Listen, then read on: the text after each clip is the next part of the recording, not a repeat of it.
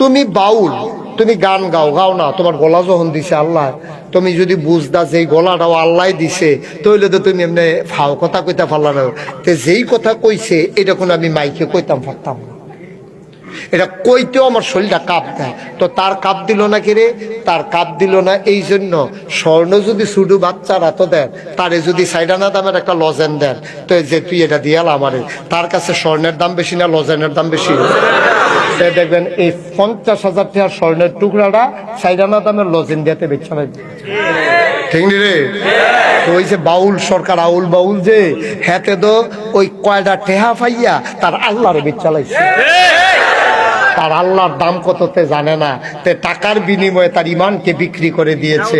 সে আল্লাহর ব্যাপারে কথা কইলে মনে করছে যে মার্কেট পাইব, তে মোটামুটি যারা আনছে তারা খুশি হইব, তে এই আনতা যে আল্লাহ বেচা, তে ওই টেহা কিনছে, ওই সুইটটা ফলার মতো স্বর্ণ বেচা, তে লজেন কিনছে। ঠিক কিনা কম? আমি গতকালকেও মাহফিলে বলছিলাম এই দিনে কোনো বুঝাইয়া হইতো না, এমনি উদাম কইরা সিহন জিংলা দিয়া ফতফা ফতফা কইরা কটা খিসা দিলে তে সুজ হইয়া গেল। আসলে আমি খেয়াল করি মাইরের উপরে কোনো ওষুধ নাই রে।